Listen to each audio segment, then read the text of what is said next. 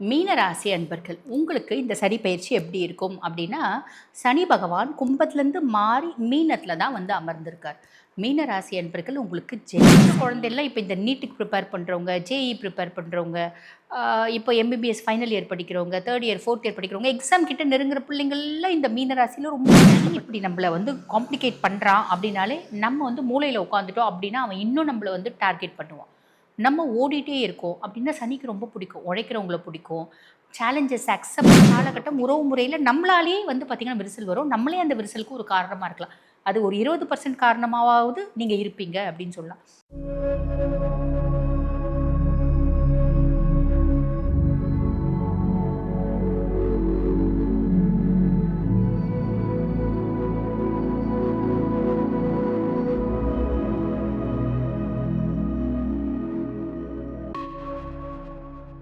ஆன்மீக பரிகார நேயர்களுக்கு வணக்கம். நான் டாக்டர் தீபா அருளாளன். இன்றைக்கி நம்ம என்ன டாபிக் பற்றி டிஸ்கஸ் பண்ண போகிறோம் அப்படின்னா, சனிப்பெயர்ச்சி பலன்கள் தான்மா பார்க்க போகிறோம். என்னம்மா சனிப்பெயர்ச்சி பலன் அப்படின்னு சொல்லிட்டு ஆல்ரெடி போட்டுட்டாங்களே, 29 மார்ச் 2025 சனி பகவான் பயிற்சி ஆனார் அப்படின்னு ஏகப்பட்ட வீடியோ பார்த்தோமே, நீங்கள் கூட பேசியிருந்தீங்களே அப்படின்னா உண்மைதாம்மா. அதாவது இந்த வருஷம் வந்து பார்த்திங்கன்னா இந்த சனி பயிற்சியை வச்சே பெரிய கன்ஃபியூஷன் அப்படின்றது இருக்க தான் செஞ்சிச்சு. காரணம் என்ன அப்படின்னா, திருக்கணித பிரகாரம் நம்மளுக்கு வந்து பார்த்திங்கன்னா 29 மார்ச் 2025 சனி பகவான் பயிற்சியானார். ஆனால் வாக்கிய பிரகாரம் வந்து பார்த்திங்கன்னா 6/3/2026 தான் வந்து பார்த்திங்கன்னா சனி பயிற்சி. இந்த வாக்கிய பஞ்சாங்கம் இதை தான் வந்து பார்த்திங்கன்னா திருநள்ளாறு தர்பாரண்யேஸ்வர் கோயிலில் ஃபாலோ பண்ணுறாங்க. எல்லா நவகிரக ஸ்தலங்கள்லையும் வாக்கிய பஞ்சாங்கம் தான் ஃபாலோ பண்ணுறாங்க. ஆக இந்த வாக்கிய பஞ்சாங்கம் பிரகாரம் சனி பகவான் இப்போ தான் கும்பத்துலேருந்து மீனத்துக்கு பயிற்சி ஆகிறார்.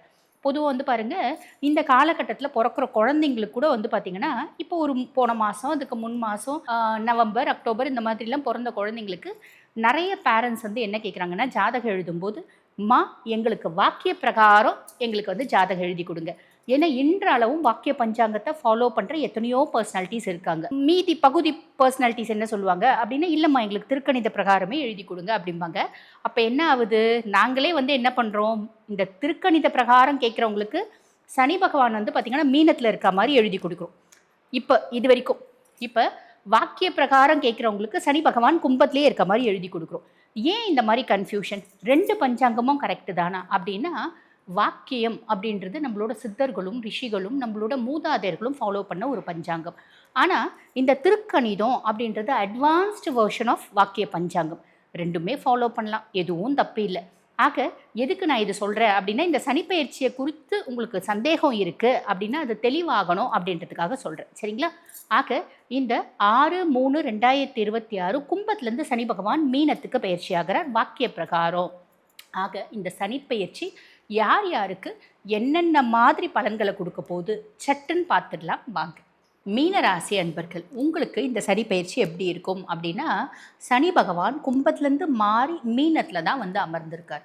மீனராசி அன்பர்கள் உங்களுக்கு ஜென்ம சனி என்னென்ன மாதிரி உங்கள் சுயஸ்தானத்தில் உட்காந்துருக்கார்.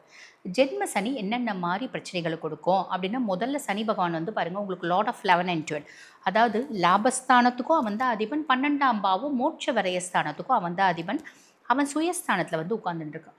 எனக்கு ஒரு இனம் புரியாத குழப்பம் இருக்குது, இனம் புரியாத ஒரு பயம் இருக்குது, டென்ஷன் ஆகுது, பெருசாக நிம்மதி இல்லை, மனசு அப்படியே படப்படன்னு அடிச்சிக்குது, ஒரு மாதிரி பதப்பதப்பாக இருக்குது, மதன்னு இருக்குது, எதுவும் செய்யறதுக்கு பிடிக்கல, சும்மா இருந்தால் நல்லா இருக்கும்னு தோணுது.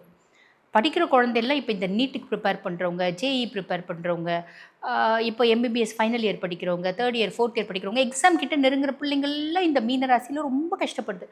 எனக்கு பயமாக இருக்குது, எக்ஸாம் நான் ஃபெயில் ஆகிடுவேன்னு நினைக்கிறேன், எனக்கு பெருசாக வந்து நீட் எழுதுகிற பிள்ளைங்களாம் எனக்கு பெருசாக மார்க்கே வர மாட்டேங்குது, நான் எவ்வளோ ஹார்ட் ஒர்க் பண்ணுறேன், எனக்கு பதட்டமாக இருக்குது, சாப்பிடாம டென்ஷன் ஆகிட்டு அப்படியே ஒரு மாதிரி ஒரு லைட்டாக வந்து கொஞ்சம் கிறுக்கு பிடிச்ச மாதிரி அப்படியே பயந்து அப்படியே பேய் இறஞ்ச மாதிரி கம்முன்னு உட்காருதுங்க குழந்தைங்கள்லாம். இது குழந்தைங்களுக்கு மட்டும்தானா, பெரியவங்களுக்கும் இதே நிலமை தான் இருக்குது. ஒரு இடத்துல பெரிய போஸ்ட்டில் இருக்கவங்களுக்கு கூட அவங்களுக்கு ஒரு பதட்டம் இருக்குது. அவங்க யூஸ்வலாக செய்கிற வேலை தான், சின்ன சின்ன விஷயத்துக்குலாம் இப்போ பதட்டம் ஜாஸ்தி இருக்குது. இதெல்லாம் யார் கொடுக்குறா? சனி பகவான் கொடுப்பான். பொதுவாக 4 பேருக்கு வந்து பார்த்திங்கன்னா அறிவுரை சொல்லக்கூடியவங்க நீங்கள். கழுவுற மீனில் நழுவுற மீனாக வாழக்கூடியவங்க. என்னோட புத்திசாலித்தனம் எனக்கு மட்டும் பயன்படுத்தாமல் என்னை சார்ந்தவங்களுக்கும் நான் பயன்படுத்துவேன் அப்படின்னு நினைக்கக்கூடிய பர்சனாலிட்டிஸ். உங்களுக்கு இப்போ உங்களை சார்ந்த ஒரு முடிவு எடுக்கிறதுக்கு குழம்புறீங்க, ஸ்ட்ரெஸ் ஆகுறீங்க, டென்ஷன் ஆகுறீங்க. நிறைய பேர் வந்து பார்த்திங்கன்னா எனக்கு ஏதோ சைக்காட்ரிக் இல்னஸ் இருக்குது, நான் டாக்டர் கிட்ட போகணும், நான் போய் ஒரு கவுன்சிலிங் எடுக்கணும், அந்த ரேஞ்சுக்கு வந்து பார்த்திங்கன்னா கேட்குறீங்க இல்லைங்களா? ஸோ இப்போ நம்ம என்ன பண்ணலாம்? இவ்வளோ விஷயத்துக்கு சனி பகவான் ஜென்மத்தில் அமர்ந்து இதெல்லாம் கொடுப்பாரு. இந்த மாதிரி விஷயங்கள்லாம் சனி பகவான் ஏற்படுத்துறது. அப்போ நம்ம அவரை ஓவர் டேக் பண்ணணுன்னா என்ன பண்ணுறது? ஓவர் ரைட் பண்ணணுன்னா என்ன பண்ணுறது? அவரை கண்டுக்காமல் நம்ம ஓடிட்டே இருக்கணும். நம்ம வேலை என்ன? ரொட்டீனாக காலைல எழுந்துக்கிறது, வீட்டு வேலையை செய்கிறது, பெண்களாக இருந்தால் வீட்டு வேலையை செய்கிறது, ஆஃபீஸ்க்கு போகிறது, அங்கே வேலையை செய்கிறது, அங்கே எல்லா வேலையும் பர்ஃபெக்டாக முடிக்கிறது, திருப்பி வந்து குழந்தைங்கிட்ட ஓடுறது. குழந்தைங்க படிக்க மாட்டேங்குதுங்க, டென்ஷன் ஆகுதுங்க. குழந்தைங்க சொல் பேச்சு கேட்க மாட்டேங்குதுங்க, டென்ஷன் ஆகுதுங்க. குழந்தைங்க அடங்க மாட்டேங்குதுங்க, டென்ஷன் ஆகுதுங்க. கணவர் இப்படி வந்து ஒன்றும் பொறுப்பு இல்லாமல் இருக்காருங்க, டென்ஷன் ஆகுதுங்க. எதிர் வீடு பக்கத்து வீடெல்லாம் நம்மளை பார்த்து பொறாமப்படுறாங்க, டென்ஷன் ஆகுதுங்க. நம்ம சும்மா இருந்தால் கூட அவங்க சண்டைக்கு வராங்க, டென்ஷன் ஆகுதுங்க.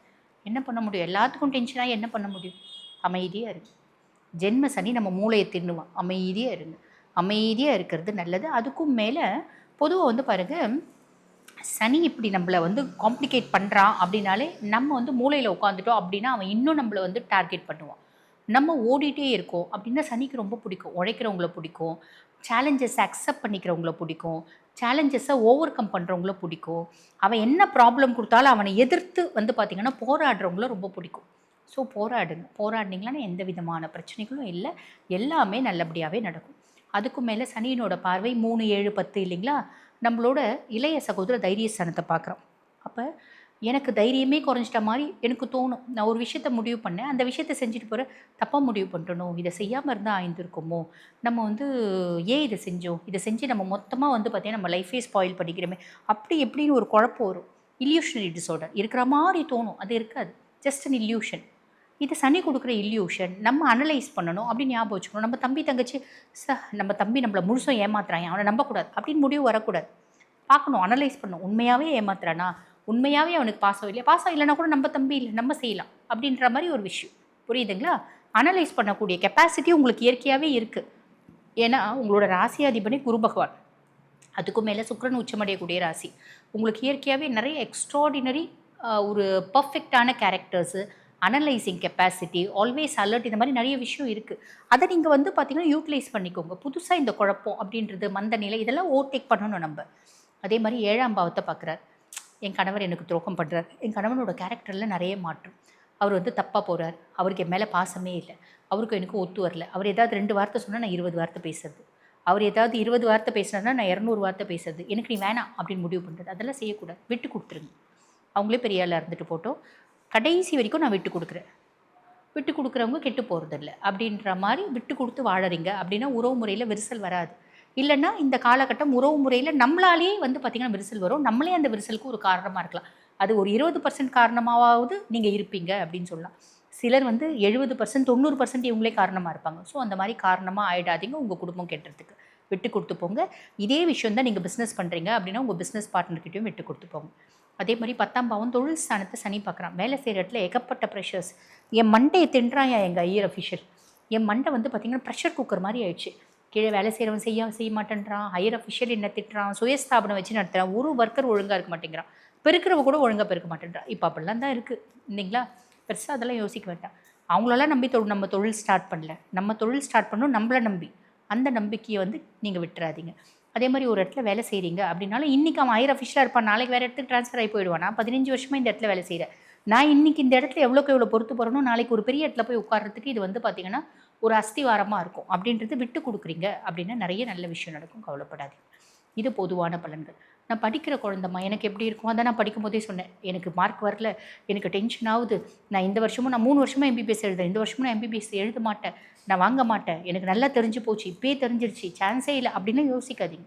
நான் எம்பிபிஎஸ் படிக்கிறேன், ஃபைனல் இயர் நான் ஃபெயில்மா, நான் முடியாது, எனக்கு தெரியாது, எனக்கு மெடிசன் வந்து பார்த்திங்கன்னா இந்த டேவிட்சன் மெடிசன் ரொம்ப கஷ்டம் தான், பெரிய புக்கு, மெடிசன்லாம் என்னால் முடிக்கவே முடியாது, நான் ஃபெயில் தான் அப்படின்லாம் நீங்கள் முடிவு பண்ணிடாது. உங்களோட ஹார்ட் ஒர்க்கு மட்டும் நீங்கள் போடுங்க, பலன் கடவுள் கொடுப்பார். புரியுதுங்களா? ஹார்ட் ஒர்க் அப்படின்றத மட்டும் போடுங்க, குழம்பாதீங்க. நம்மளால் முடிஞ்சது எல்லாத்தையும் நாங்கள் செய்கிறோம், பிரதிபலன் கடவுளாக பார்த்து கொடுக்குறாரு, பெருசாக யோசிக்க வேண்டாம். சரிங்களா? படிக்கிற குழந்தைங்களுக்கு இந்த மாதிரி இருக்கும், அது ஓவர் கம் பண்ணுங்கள். நான் வந்து ஆஃபீஸில் வேலை செய்கிறேன், அதுதான் நான் சொன்னேன், ப்ரெஷர்ஸ் இருக்கும். நீங்கள் ஜென்னாக இருந்தாலும் சரி, லேடியாக இருந்தாலும் சரி, வீட்டில் வீட்டில் சொந்தங்கள் எல்லாம் என்னை புரிஞ்சிக்கவே மாட்டேங்கிறாங்க. என் புள்ள புரிஞ்சிக்க மாட்டேன்றான், என் புருஷன் புரிஞ்சிக்க மாட்டேன்றா. எனக்கு எப்படி எவ்வளோ நாள் தான் இவங்களுக்குலாம் நான் வந்து பார்த்திங்கன்னா உழைச்சி கொட்டிகிட்டே இருக்கணும், பெருசாக அவங்க யாரும் புரிஞ்சிக்க மாட்டாங்க, நான் என்ன அடிமையா அப்படின்ற கோவம்லாம் வரும். அமைதியாக இருக்கு. எவ்வளோ நாள் எப்படி அமைதியாக நீங்கள் பாட்டு உங்கள் ஒர்க்கை செஞ்சீங்களோ அதே மாதிரி அமைதியாக இருக்கீங்கன்னா பிரச்சனை கிடையாது. இல்லைன்னா நம்மளா வந்து ஒரு என்ன சொல்லுவாங்க, மண்ணில் வந்து அழகாக ஒரு அரண்மனை கட்டி நம்மளே அதை வந்து கலைக்கிற மாதிரி ஆகிடும். உங்களால் ஆன குடும்பம் உங்களால் வந்து கஷ்டப்படக்கூடாது. ஸோ அமைதியாக இருக்கு. சரிங்களா? நாங்கள் திருநங்கைகள்ங்க, திருநம்பிகள்ங்க. எங்களுக்கு எப்படி இருக்கோ உங்களுக்கும் சேம் மன ரீதியான குழப்பங்களும் மன ரீதியான ஃப்ரஸ்ட்ரேஷனும். யாருமே நம்மளை ஏற்றுக்க மாட்டேங்கிறாங்க, இந்த சமுதாயமே நம்மளை ஏற்றுக்க மாட்டேங்குது அப்படின்னா நினச்சி இப்போ ஃபீல் பண்ணுங்க. பெருசாக ஃபீல் பண்ண வேண்டாம். புரியுதுங்களா? இப்போ சமுதாயமும் ஏற்றுக்குச்சு, உங்களை சார்ந்தவங்களும் உங்களை ஏற்றுக்குவாங்க, உங்கள் மனசுக்கு பிரியமானவங்களும் உங்களை ஏற்றுக்குவாங்க. கொஞ்சம் வெயிட் பண்ணுங்க. சரிங்களா? நாங்கள் வந்து பாருங்கள், மாற்றுத்திறனாளிகள் அதிகப்படியாக உழைக்கிறத மட்டும் யோசிக்க, மற்றபடி சனி பகவானே உங்களை பெருசாக கெடுக்க மாட்டான். இருந்தாலும் ஒரு ஃப்ரஸ்ட்ரேஷன் அப்படின்றது வரும். நம்ம ஏன் இப்படி பிறந்தோம், நம்மளுக்கு என்ன பாவம் நம்ம செஞ்சோம் அப்படின்லாம் தோணும். யாருமே பாவம் செய்யலை, எல்லாருமே புண்ணியம் தான் செஞ்சுருக்கோம். அதனால தான் நம்ம எல்லாருமே மனுஷ பிறப்பு எடுத்திருக்கோம். புரியுதுங்களா? நீங்கள் இந்த மாதிரி பிறந்தது பெரிய லெவலில் சாதிக்கிறதுக்கு அப்படின்னு சொல்லலாம். புரியுதுங்களா? அதுக்கும் மேலே மாற்றுத்திறனாளிகளில் சனி பகவானுக்கும் ரொம்ப பிடிக்கும். உங்களெல்லாம் ரொம்ப பிடிக்கும், எங்களெல்லாம் சுத்தமாக பிடிக்காது. அப்போ நீங்கள் அதுக்கு சந்தோஷப்படுங்க, உங்களோட பிறப்பு சாதிக்கிறதுக்கு அப்படின்னு நினைங்க. கொஞ்சம் அந்த மனசில் இருக்க கவலையை விட்டுருங்க. கவலையை விட்டுட்டீங்க அப்படின்னா உங்களோட பாதை வந்து பார்த்திங்கன்னா சாதனையை நோக்கி அப்படின்னு சொல்லலாம். சரிங்களா? கவலைப்படாதீங்க. எங்களுக்கு வந்து பார்த்திங்கன்னா வயசு 75ஆவது 74ஆவது நாங்கள் மீனராசி. எங்களுக்கு இப்போ தாங்க மனசு ரொம்ப கஷ்டப்படுது. யாரும் சொந்தம் பந்தம் எவ்வளோ கஷ்டப்பட்டு என் பிள்ளைங்கள பேரம்பேத்தியெல்லாம் வளர்த்த, இப்போ என்ன நல்லா இருக்கியான்னு மாதத்துக்கு ஒரு ஃபோன் கூட பண்ண மாட்டேங்கிறாங்க. அமெரிக்காவில் இருக்காங்க, ஆஸ்திரேலியாவில் இருக்காங்க, அவங்க எங்கே வேணா இருக்கட்டும், சொர்க்கத்துலேயே கூட இருக்கட்டும். சரிங்களா? உங்களுக்குன்னு உங்கள் மேலே பாசமாக இருக்கிறதுக்கு அப்படின்னு ஒரு உறவு இருக்குது. அந்த உறவு யார் அப்படின்னா பகவன். உங்களுக்கு கிருஷ்ணனை பிடிக்குதுன்னா கிருஷ்ணன் கோயிலில் போய் உட்காருங்க, ஈசனை பிடிக்குதுன்னா ஈசன் கோயிலில் போய் உட்காருங்க, ஹனுமனை பிடிக்குதுன்னா ஹனுமன் கோயிலில் போய் உட்காருங்க, முருகனை பிடிக்குதுன்னா முருகன் கோயிலில் போய் உட்காருங்க. நிறைய நிம்மதி உங்களுக்கு கிடைக்கும். கவலைப்படாதீங்க. எந்த உறவுக்காக உங்களை பேசணும்னு ஆசைப்படுறீங்களோ அந்த உறவு உங்களுக்கு ஃபோன் பண்ணி பேசும். உங்கள் மேலே வந்து பார்த்திங்கன்னா ஒரு கரிசனமாக இருக்கும். கவலையே படாதீங்க. வாழ்த்துக்கள். ஆக இப்போ நான் சொன்னது வந்து பார்த்திங்கன்னா உங்கள் ராசிக்கு ஒரு பொதுவான பலன்கள், கோச்சார பலன்கள். கோச்சார பலன்கள் எப்பயுமே வந்து பார்த்திங்கன்னா 50%. உங்கள் சுய ஜாதகம் பகுதி 50%.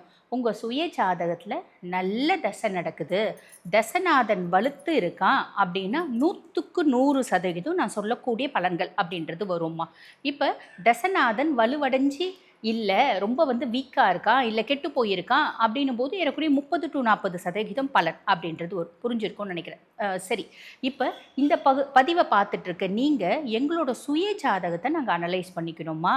நாங்கள் இந்த காலகட்டத்தில் ரொம்ப முக்கியமான விஷயத்தை முடிவெடுக்கணும். இப்போ வீடு கட்டணும், இல்லை திருமணம் பிராப்தம் இருக்கான்னு பார்க்கணும், குழந்தை ஐவிஎஃப் ட்ரை பண்ணிகிட்டே இருக்கோம் கூடலை. அதே மாதிரி பார்த்திங்கன்னா வீட்டில் நிறைய பிரச்சனைகள் இருக்குது, வீட்டில் செய்வினை ஆற்றல் இருக்கா அப்படின்ற சந்தேகம் இருக்குது. இந்த மாதிரி நிறைய விஷயம், தெய்வ நடமாட்டம் இருக்கா இல்லையான்னு தெரியல, இதுக்கெலாம் கூட வந்து பார்த்திங்கன்னா ஜாதகம் பார்க்குறாங்க. இது கண்டுபிடிக்க முடியுமா? தாராளமாக கண்டுபிடிக்க முடியும். இந்த மாதிரி பல முக்கியமான விஷயங்களை நீங்கள் தெரிஞ்சுக்கணும் அப்படின்னா உங்கள் சுய ஜாதகத்தை பார்த்து கண்டுபிடிச்சிக்கலாமா? ஆக உங்கள் சுய ஜாதகத்தை என்கிட்ட வந்து அனலைஸ் பண்ணிக்கணும், ப்ரெடிக்ட் பண்ணிக்கணும் அப்படின்னா நான் பேசிகிட்டு இருக்கும்போதே என்னோடய வாட்ஸ்அப் நம்பர் டிஸ்பிளேயில் கொடுத்துருப்பாங்கம்மா. அந்த நம்பர் கால் பண்ணி அப்பாயின்மெண்ட் ஃபிக்ஸ் பண்ணி என்கிட்ட பேசிக்கலாம். தேங்க்யூ.